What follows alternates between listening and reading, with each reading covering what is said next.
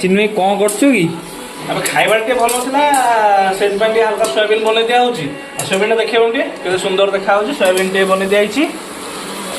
ଆଉ ତାକୁ ଟିକେ ସକାଳୁ ସକାଳୁ ପ୍ରୋଟିନ୍ ଖିଆ ହବ। ତା ତୋତେ ବି ଟିକେ ଦେବି ମୁଁ କେମିତି କ'ଣ ଲାଗୁଛି ଖାଇ କହିବ ଆଉ। ଠିକ୍ ଅଛି। ତ ଆମ ସୋୟାବିନ୍ ବି ରେଡ଼ି ହେଇଗଲାନି ଏବେ ଚାଲ ଖାଇବା। ହଉ ଠିକ୍ ଚାଲ ତ ସୋୟାବିନ୍ ରେଡ଼ି ହେଇଯାଇଛି କେତେ ସୁନ୍ଦର ଦେଖାଯାଉଛି ପୁରା। ଓ ନୋ ତ ସକାଳୁ ସକାଳୁ ସୋୟାବିନ୍ ଖିଆ ହେଉଛି କାରଣ ଖାଇବାଟା ଭଲ ନଥିଲା ସେଥିପାଇଁ ଯେହେତୁ ହେଲ୍ଥ ଟିକେ ଦେଖାଯାଉଛି ଭଲ ଜିନିଷ ଖିଆ ହେଉଛି ସେଥିପାଇଁ ଟିକେ ସୋୟାବିନ୍ ଯେହେତୁ ପ୍ରୋଟିନ୍ ଥାଏ ତାକୁ ଖିଆ ହେଉଛି। ତ ଏବେ ଟେଷ୍ଟ କରି ମୁଁ ଦେଖୁଛି କ'ଣ ଲାଗୁଛି। ବେଶୀ କିଛି ନାହିଁ ହାଲକା ଟିକେ ପିଆଜ ଦେଇକି ତାପରେ ନର୍ମାଲ ଫ୍ରାଏ କରାହେଇଛି ଆଉ।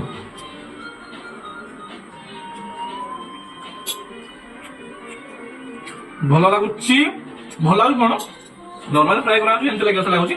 ତ ଏବେ ଆମ ସାଙ୍ଗ ଝାଡ଼ କହିବେ କ'ଣ କେମିତି ଲାଗୁଛି। ଓକେ ତ ଏବେ ଖାଇବ କ'ଣ କେମିତି ଲାଗୁଛି। ଠିକ୍ ଅଛି ଯେ ଯେ ଆଉ ଟିକେ ଭଲ ଚଳିବ ଚଳିବ ମସଲା ମାଗଣା ଖାଉଛ ଚୁପଚାପ ହେଇ ଖାଅ ନା କ'ଣ କହୁଛ। ଠିକ୍ ଅଛି। ଓକେ ତୁ ଏବେ ଖାଇଟେ କହ କ'ଣ କେମିତି ଲାଗୁଛି କହୁନୁ। ତ ଏଇଠି ମୋ ଖିଆ ପାଇଁ ଚାଲିଛି। ତ ଆପଣମାନଙ୍କୁ ଯଦି କାହାକୁ ସୋୟାବିନ୍ ଭଲ ଲାଗେ ତାହେଲେ କମେଣ୍ଟରେ ନିଶ୍ଚୟ କରିବେ। ଓକେ।